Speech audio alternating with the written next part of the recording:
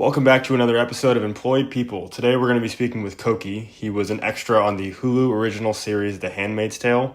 It's a show about a dystopian future where an extremist religious government has taken control of the country. Koki played a background role as one of the government's soldiers, so he's going to be taking us through what it's like to play a soldier on screen, including some of the intense moments on set, like being briefed by a real-life SWAT team. So please welcome Koki the TV Extra. Koki, thanks for coming on the show today, man. Thanks for having me. So you were an extra on The Handmaid's Tale, and was that just for one episode, or was it for like multiple episodes? It was just for one episode, and I wouldn't really say I was definitely not in the whole episode. You were in like a portion of the episode? I was in like at several frames of the episode, at least. Could you point out like where you were? Like, Yes, I could. So you were actually on screen? Yes. How did you land that? Like, was there just like some job posting and you just went for it, or did you know somebody, or how'd you end up on that? So I was in the theater program at the University of Maryland. Represent? Yeah, and I was like an actor at the time, and so I was on this like emailing list. You know, it was like casting agencies when they like reach out and they need a bunch of extras. So I was on this like mailing list for like UMD actors, and I signed up, and it was under like an alias, so I had no idea what it was for. So you're saying it didn't say Handmaid's Tale, it said something else? It said Rocket Woman 3. Rocket Woman 3. That's what it said. And Okay. I like looked it up, and I couldn't find anything. Like, it was like some Canadian movie from like 1970 something. Okay. So I was like, okay, it's probably not that. And they told us like on the same day what it actually was. Huh. Yeah. Well, I know that it's a thing that like a lot of bigger productions do, is that when they shut down streets or like parts of a city to film a movie, they'll often like put the production down as something else so that people don't see it and like crowd the streets. Like, for example, when they were shooting the Avengers in 2012, I don't know what city they actually shot in, but they shut down a few streets for that movie, and it would say on the flyers, like, it would give a warning to the people being like, hey, like, this street is going to be shut down on May 27th to shoot this. Yeah. But it wouldn't say the Avengers. It was the fake movie title was Group Hug. Yeah. And so no one's going to show up and be like, yo, we got to see Group Hug being filmed. Yeah. So that was a way to like ward off people, but I'm always a little unsure why they hide that from people who are auditioning for something. I don't really. Do you know why that is? Yeah, so like my theory is just that they don't want like people to like talk about what it is and then have someone like disrupt the set. Or like spoil what it's about or something? Yeah, like they told me, they were like, you don't talk to like journalists if they ask you questions. So like I'm like sitting here like talking to a journalist right now. Yeah, you are. Yeah, you're breaking your... I think you're probably in the clear, given that this episode, I think, came out like 5 years ago. I was non-union, and... Yeah. Like, if they want you to keep quiet, they're going to have to pay you, you know? Or, have you shot or something. Right. So happy to be here. The episode took place in D.C., but I was surprised to hear that it actually filmed in D.C., because this episode has a pretty iconic moment at the Lincoln Memorial. And I saw this episode, I watched the show at the time, so I watched it and thinking to myself, being from D.C. like you are, I was just thinking to myself, like, there's no way they shot at the actual Lincoln Memorial. And you're telling me that they did. They did. They, like, reserved the entire, like, area of the Lincoln Memorial. I can't believe... I didn't even think that you could do that. Yeah, me neither. Like, there's some, like, tents that they had, like, set up several, like, fields down. There's, like, a bunch of fields in that, like, area. Yes, yeah. So, like... They had a bunch of those fields reserved, and like that's where the food tent was, like the bathrooms and everything. And so when I got there, I was just like, okay, this is a huge production. Tell me about the role you played as an extra. Yeah, so they told me that the name of the role I was playing is a guardian. That's what they're called. Yeah. Anything about the Handmaid's Tale? You'd never seen it or heard of it? No, I like was Googling it on the bus, and I was like, oh, so that's what I'm shocked doing. About what right. So you're like, what the fuck is this? Yeah, they said it was like for this like soldier type of thing called a guardian.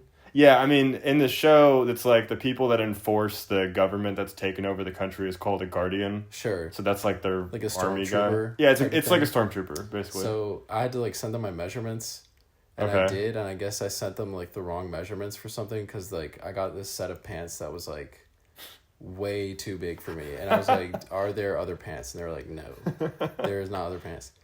And I just show up at this mall at like 4 a.m.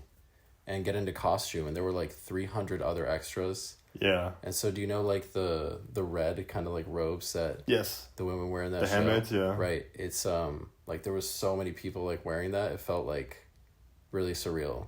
Like you felt like you were in the show. You were Yeah. like, yeah. And then it was on the buses where they told us like we're going to the Lincoln Memorial. This is what we're shooting, and so they gave us like guns. Like fake guns. When we got there, right? Obviously fake guns, but we got briefed by like both the production team, who's like the production team, and then a SWAT team. An actual SWAT team. An actual SWAT team that was like, here's a real gun. They were like holding real guns, obviously. Yeah. And so I think they were just there to like remind us like this is a national monument, and Okay. don't be stupid, obviously. So I mean, you're holding a fake gun, but were they telling you like, dude, I'm not playing, like, don't point this gun anywhere? Absolutely. They were like, we'll shoot you. Dude, I'm just imagining like you're just like some kid who like, cause how old were you? I was 18, I think, at the time. Dude, just imagine being like an 18-year-old kid is like, yeah, I'll do some acting gig, and then like a SWAT team's like, I will blow your head off if you fuck around. 2 days later, it's like, I will fucking kill you. yeah, it was pretty crazy, and there were like people filming and asking questions. Oh, like people like pulling out their phone, like. Yeah, I mean, it's a pretty dystopian thing to see if you don't know what's happening. yeah, and I realized that this is like a big show. One of the big reveals in the show is that they've turned the Washington Monument into a cross. Yeah. You probably watched the episode and found that out, but I Yeah. know for a fact they did not do that in real life. For some reason, though, they told us on the bus, they were like, the Lincoln Memorial is going to be a cross, and we were like, that's Maybe- awesome, but like, had no impact on Maybe that like helped you like get into character, like, oh shit, like this government's for real. I was trying to look like, very intense and like, I was So- like 18. Yeah, so okay, so you're playing a guardian, you're playing like a stormtrooper basically, and so how did they make it, like, how did you make it so that your pants fit? Just put your belt on really? Yeah, I like put the belt on a certain way, like tightened it really hard, and I was just like an extra. Yeah. They didn't seem to care that much, so I was like, okay, if it's a big deal, they'll deal with it. What did you have to wear for like a jacket or something? What did you They have to wear like? gave us like so many layers. This was like February, so it was like cold, and that was like okay. Yeah. But we had to wear like a beanie and like all this like tactical gear. We had like a tactical vest with like clips, and then like this gun. Were you only in like one? Did you get to see any of the actors? Like. Yeah, so Elizabeth Moss was in it. Yeah. And I forget if it was Ralph or Joseph Fiennes. It's Joseph. Joseph Fiennes. Yeah. They had both like come down to like say hi to us basically. Like Okay. a group of us like guardians who were sitting there. Yeah. And it was just like it was a very short interaction. It was like polite, it was Yeah. nice, but it was very like surreal for me because I thought I was gonna be on Rocket Woman 3 when I showed up in the morning. So like Did you ever end up watching the show, or did you never watch it? I did watch the show. Someone like had Hulu, and so I asked them if we could like look at it. And I went and like found myself. Are But you're in the background somewhere, like you're like. I can barely- like point myself out, like I know where I'm at and I can see myself, but like Yeah, dude, that guy has huge pants, dude. yeah. Dude, like there's one guardian that has like MC Hammer type like pants. That's probably why they didn't like care so much, This was paid, right? You got paid to do this, I did get paid to do this. but not very much, I'm assuming. I got like 200 and some bucks. Like I got extra money for overtime, but it was like I was pretty happy at the time. I mean, yeah, I'm guessing like you didn't have to do anything extreme. You just like have to stand menacingly. Yeah. Whatever they're doing, it works because like they show you this army, and it in the context of the show, it's very menacing. Because it's like, oh my god, they have like thousands of people with guns, like Yeah. that mean business and are ready to enforce this. And I'm like thinking to myself, like in reality, it's like 18-year-old kids with pants that are too big, Yeah. and they have no idea what the fuck is going on. Yeah, and like when I saw the episode like later on, right? Yeah. It was like thousands of people Yeah. in the background. So they obviously like CGI'd in like a bunch of those people. Actually, they may have copy and pasted you like 12 times. It's very possible, but it's just crazy to me because like even for as big as that production was, they didn't get like the whole reflecting pool and like, you have Yeah. just so much work to do with computers anyways. So did you talk to like your like fellow guardians? I did, of course I talked to my fellow So you're like, guys. how's the war going for you guys? Like, Yeah. you guys fighting hard for the new government for sure? No, yeah. There's like career extras who were like there and they were talking to me about how like extra work in DC has like dried up a lot since House of Cards. That was a big thing. House of dude. Cards was a really big thing for DC. I was surprised a lot of it filmed in DC because a lot of times, they'll film in other states and say it's DC. Like, for example, Captain America 2, Winter Soldier, it takes place entirely in DC. And I think all the DC scenes are shot in Cleveland. Really? Which sucks, because, like... That does suck. It's like, that's my hometown. And I was, like, watching House of Cards, like, later in life, and it was just, like, cool for me to see DC in, like, the intro thing. Yeah, and they shot in Maryland. Like, I think a lot of the scenes where they're in a hospital is actually Towson University, which is interesting. Yeah. But no, actually, I remember Captain America 4 just came out, and it was not very good. Sorry, whoever made that movie. But there's a fight scene at the end of the movie that takes place in the cherry blossoms. Whoa. And that's cool, because I was like, oh, like, represent, dude. Yeah. And I remember there were people in my theater who I chatted with right after, and I told them I was, like, from DC, and they were like, yeah, dude, like, I don't understand, this movie was supposed to be in DC, and there were these, like, amazing Japanese trees, like, that's so unrealistic. I was like, all right, you listen here, man, like, this is a real thing. So that hurt my feelings a little bit. But no, I don't think I'm gonna venture to say that movie wasn't shot in DC either. So House of Cards was a really big thing for DC filmmaking. But yeah, so, like, what's, like, a funny thing that happened, or, like, when you were there, like, with your Guardians? Someone, like, made a joke that the gun, like, was real. No, the SWAT team's gonna mess you up if you do that. He got, like, chewed out by the director, like, really hard, or by, like, one of the assistant directors. I can understand why they're not playing games. And they, like, didn't fire him, and I was like, damn, that's pretty lenient, honestly. I would not, dude. I would not take any chances, dude. Like, no. I'm the kind of guy that's, like, scared to go through TSA, even though I have nothing. Like, I'm like, oh, they're gonna find out I did all those things I didn't do. Like, yeah. Or, like, they're gonna find out I, like, accidentally packed a bomb or something. But it's also, like, so dumb. Like, we just had, like, the briefing from a SWAT team. So you didn't get to do any other episodes? No, that's, like, the big, like, gig that I heard about when I was, like, at UMD at the time, and then I wasn't in the theater program anymore. Did you ever get to be an extra for anything else? No, I don't think so. Why don't you think about doing it again, man? I kind of, at the time, like, I was shifting over into, like, stand-up a lot more, stand-up comedy. I applied to be an extra, and I got rejected, and I was hurt. I hurt my feelings pretty hard. It was going to be shooting at a mall in Virginia. When you said Rocket Woman, like, it was something like that. It was like, it was like Adventure Lady or something. Right. Like, it had descriptors, like, yeah. And I remember I was trying to figure out what it was, and then I figured it out, like, because there was accidentally, like, an actor listed. It was Wonder Woman 2. Wow. It was called Wonder Woman 1984. Wow. Also not a great movie. Sorry, whoever made that. Maybe you just, like, knew too much. There's a mall fight scene, and I applied to be, like, an extra in that mall, and they rejected me.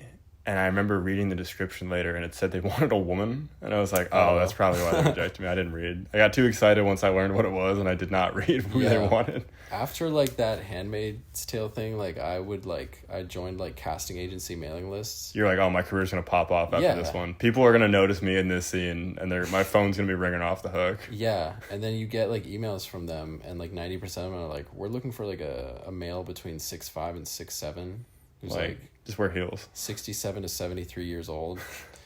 Maybe they just already had the amount of people they needed. Like, I guess, but I mean, you're saying there were thousands of people in that scene. I would call it like 300, like, in person, probably. And was that all soldiers, or were some of them handmaids? No, it was probably like 200 of them were like handmaids.